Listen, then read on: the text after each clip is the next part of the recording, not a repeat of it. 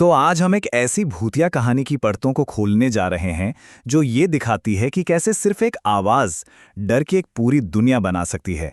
एक ऐसी दुनिया जिससे बाहर निकलना लगभग नामुमकिन है। चलिए, इसी एक सीधे से सवाल के साथ कहानी में उतरते हैं।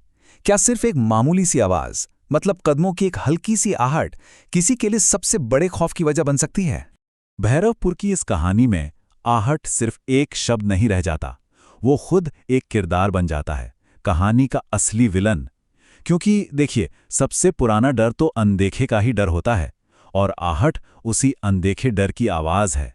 हमारी कहानी हमें ले चलती है भैरवबर नाम के एक दूर दराज के एकदम सुनसान गांव में, जहां एक पुरानी शापित हवेली का साया पूरे गांव पर मंडराता रहता है। और सब कुछ शुरू होता है एक क्लासिक हॉरर मोमेंट से, अपनी बहादुरी साबित करने के लिए लगी एक शर्त, जो हमारी मेन कैरेक्टर रीना के लिए एक भयानक मोड़ ले लेती है। और बस यहीं पे डर की पहली दस्तक होती है। कोई राक्षस नहीं, कोई भूत नहीं, सिर्फ एक अनजान परछाई, जो इस बात का सबूत थी कि रीना उस हवेली में अकेली नहीं है।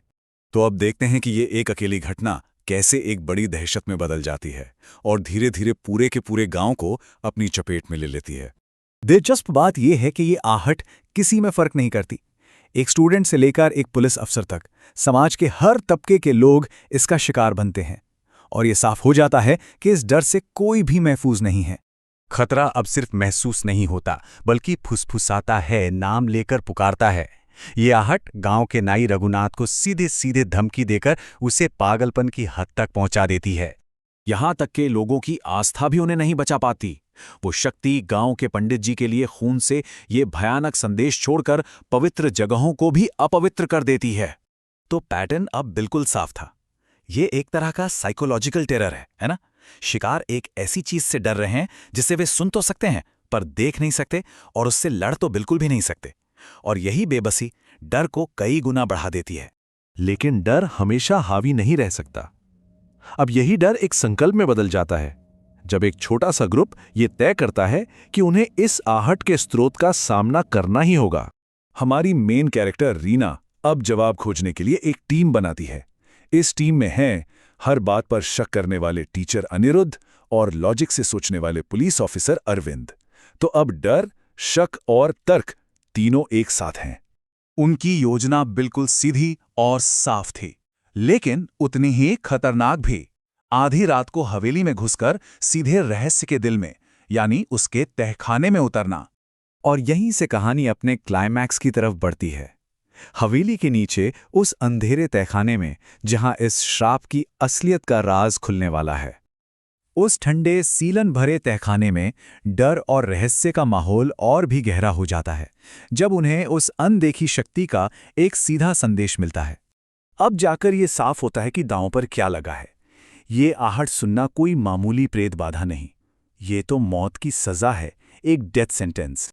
और फिर वो अनदेखी शक्ति आखिरकार अपना रूप दिखाती है। वो हवेली की असली मालकिन ललिता की आत्मा है।